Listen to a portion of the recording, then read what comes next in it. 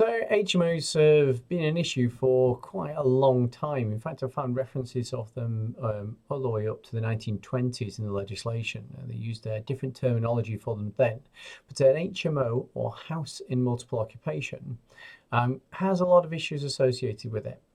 The problem with them rotates around the fact that they tend to be the cheapest form of accommodation, and we're seeing a growth in HMOs because these properties have a cheaper living cost than if you were to live in self-contained accommodation in small flats or houses. People are trying to save on their living costs as the costs of living go up in the UK, and one of the ways of doing that is densification, so sharing with either people they know or with groups of strangers.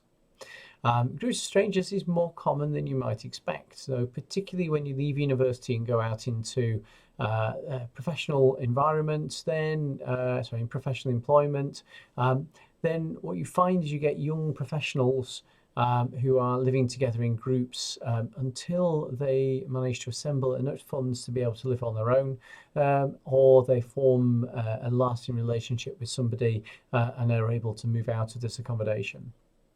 HMOs have become much more of an issue because they have a lot of people living together in close proximity. People often don't care about this sort of accommodation as much because they don't feel the same sense of attachment to the property that they're living in. And so as a result, you're much more likely to get careless damage to the property, and you've got a lot of people living in close proximity, so you get much more wear and tear.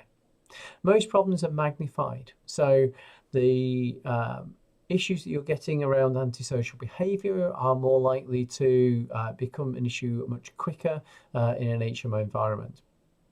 If you've got issues around housing quality, then the poor housing quality is going to affect more individuals as they're all living together with that same problems. And so this sort of accommodation requires an awful lot more intensive management than if you were letting out individual units of accommodation. And so I could say they're on the increase. And so we're starting to see measures coming in, such as licensing, to try to establish minimum threshold standards for these properties. But still, because we get some of the poorest and most vulnerable in society living in these properties, they're the people that are least likely to complain and most likely to adopt informal and often very poor housing conditions. So people will live in any situation as long as they can save money doing it, and so the standards in HMO accommodation can get quite poor, and the risk of health, particularly from issues such as fire safety, can become very substantial.